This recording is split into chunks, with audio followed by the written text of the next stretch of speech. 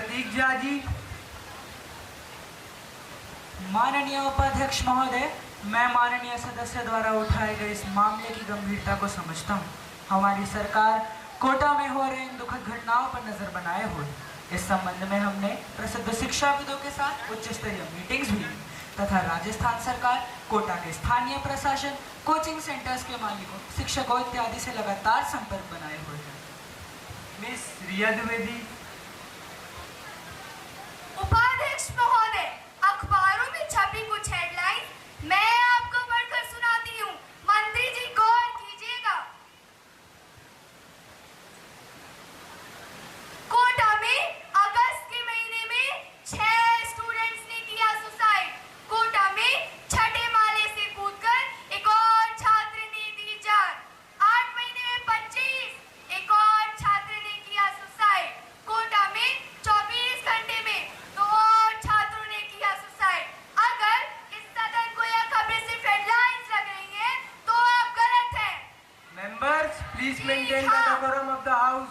जी हाँ, आप गलत हैं। यह देश के माथे पर चिंता की लकीरें हैं।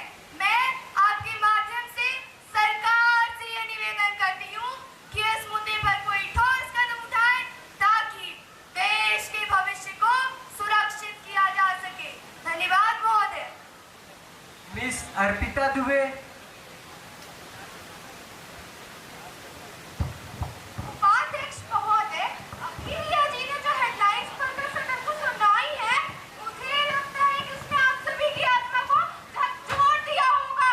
देश की इस आजादी की अपनी साल में भी कोटा शहर अपने विष काल को भोग रहा है। डॉक्टर और इंजीनियर बनने का सपना दिखाने वाले स्ट्रीट फैक्ट्री के बच्चों के तनाव और असफलता को कभी किसी ने गंभीरता से नहीं लिया है।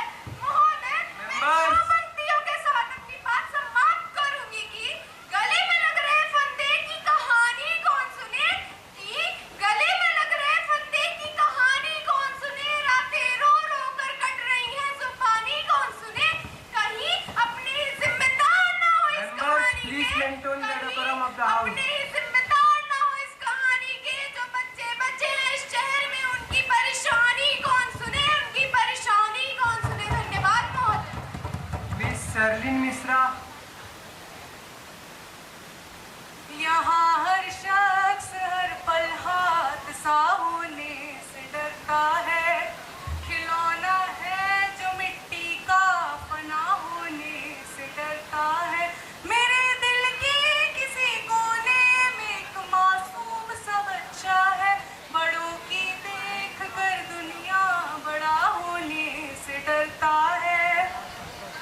महोदय, तथ्य और आंकड़े तो हम सभी को मालूम है, पर प्रश्न यह है कि हम सब इन आत्महत्याओं के बारे में कितने गंभीर हैं।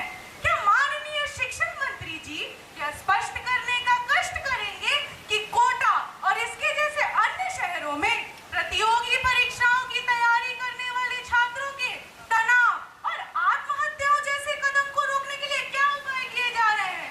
इन्हें कैसे कम किया जा सकता है या पूर्ण रूप से रोका जा सकता है? धन्यवाद महोदय। माननीय शिक्षा मंत्री जी। भारत के कोचिंग हब के रूप में जाना जाने वाला कोटा अपने छात्र आबादी के बीच आत्महत्याओं की दुर्भाग्यपूर्ण घटनाओं का गवाह रहा।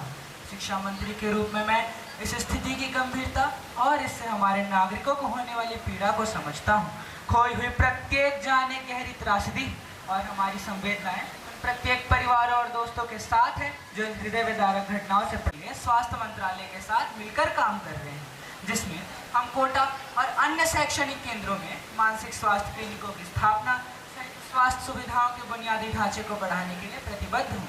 ये क्लिनिक मानसिक स्वास्थ्य संबंधी चुनौतियों का सामना करने वाले छात्रों को पेशेवर परामर्श और सहायता भी प्रदान करेंगे।